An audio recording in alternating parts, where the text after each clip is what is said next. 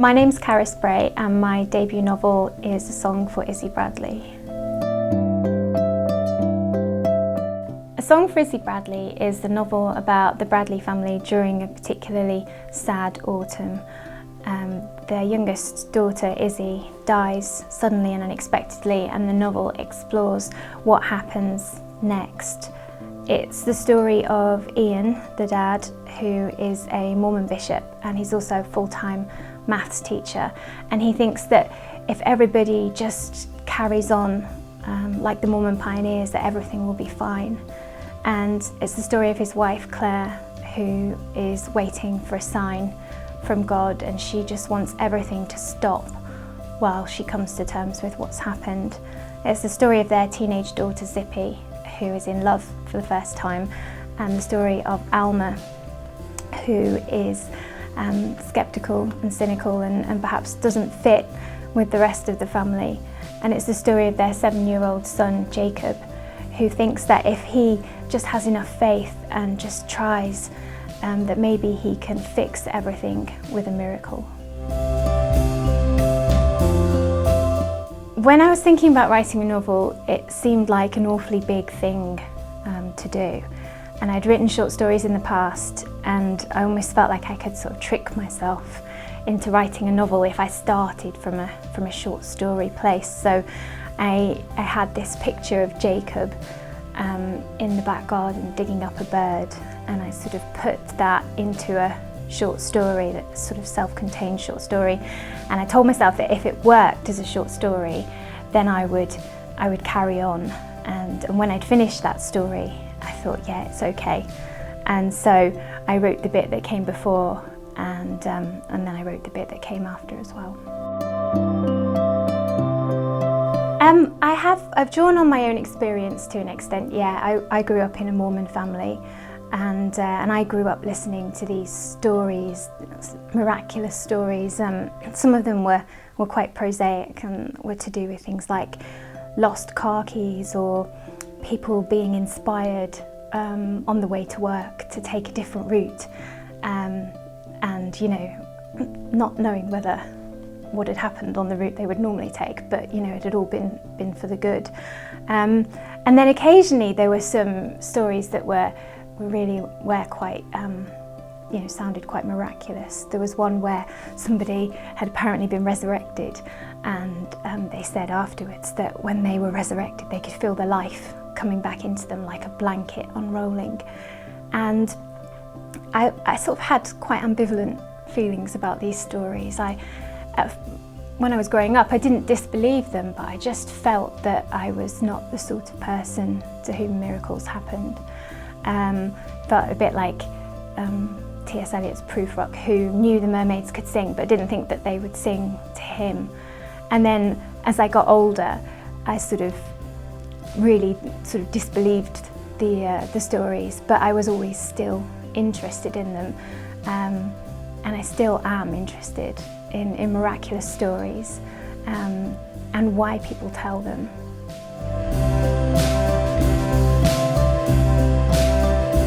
So I started with Jacob's voice, and I found that Jacob's voice came quite easily. I've got 4 children, so I'm used to being surrounded by children's voices. And then I sort of had to work on the others. I knew I wanted them to be quite a big family, and when I first started to write the novel, there were more children than there are now, and I think there were too many different voices, so I had to reduce the numbers of children, and then sort of work on each voice to try and make it different to the others. And I wanted the novel to sort of work a bit like a kaleidoscope, so it could sort of go click, click, click, and you could move around the family, and every time it moved you'd sort of get to see everything in a different way. You know, see all the patterns and things that were happening differently. I identify with all the characters to an extent. I think people might expect that I would identify most with Claire as a mother, but I probably don't. I almost sort of by the end of the book felt a little bit impatient with her and felt like she needed to do something, which she finally does in the end. But I really like Alma, and I like his awkwardness and his sort of cynicism, but his goodness as well. I think that makes him quite an interesting character. The novel's set in Southport, which is where I live, and before I'd started writing it, I never imagined writing a novel set in a small northern town. In my head I thought that I had to write a novel, you know, that was set somewhere really exciting and somewhere really well known. But when I started thinking about the novel, I realised that where I live was the perfect setting for it. Not only because I know it so well, but because also the Southport as a town is sort of this long, thin town, and it runs up against the sea wall. And there's a line in the novel that says that the town has its back up against this wall.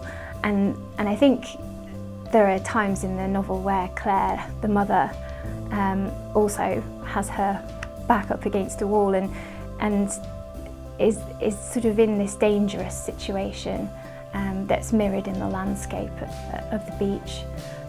So yeah, it seemed like a good place to set the novel. I really like the moment, I really like the scene when Zippy is wearing the wedding dress, and I like it because it explores this tension, I think, in Mormonism, where young people are told that they mustn't have sex before they get married, and they mustn't think about sex before they get married, but that the most important thing they can do is to get married and have lots of children. So they're being told not to think about this, but at the same time the adults around them are all talking about it all the time. And so there's this tension then, and during that wedding dress scene, people in the church hall are having a pretend wedding with no bridegrooms. It's just all the girls dressed up pretending. But in one of the classrooms at the back, Zippy's there and not pretending with Adam, and I just sort of quite like the idea that the adults are all pretending and Zippy and Adam aren't pretending. And even when Zippy is rescued by Sister Valentine says, you know, now we're going to go and look at honeymoons. And so again, they're back to, you know, thinking about sex, but not thinking about sex at all because it's not allowed. So I quite like that scene. Jacob, the 7-year-old, his scenes were quite easy to write, I found, because he was the first character, and I knew right from the beginning what was going to happen to him during the story. And because the language is quite simple as well, I think his chapters pretty much stayed the same. They didn't need very much editing. But Ian, the dad, I found all of his scenes were quite difficult.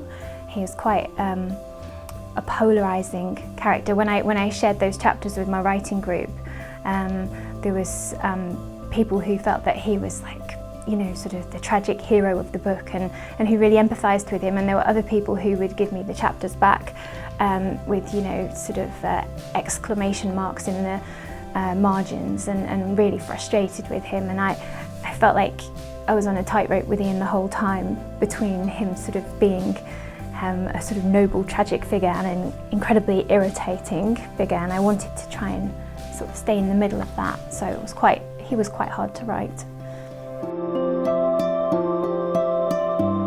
I think readers will take away a feeling that even in a family where people are very, very different, and where they have their disagreements, that they can support each other and that they can help each other through really difficult times. When I was writing it, when I was approaching the end, there's a series of coincidences at the end of the book which I think the family, when they look back on them, will perceive to be miraculous. And I wasn't planning on having anything like that at the end of the book at all.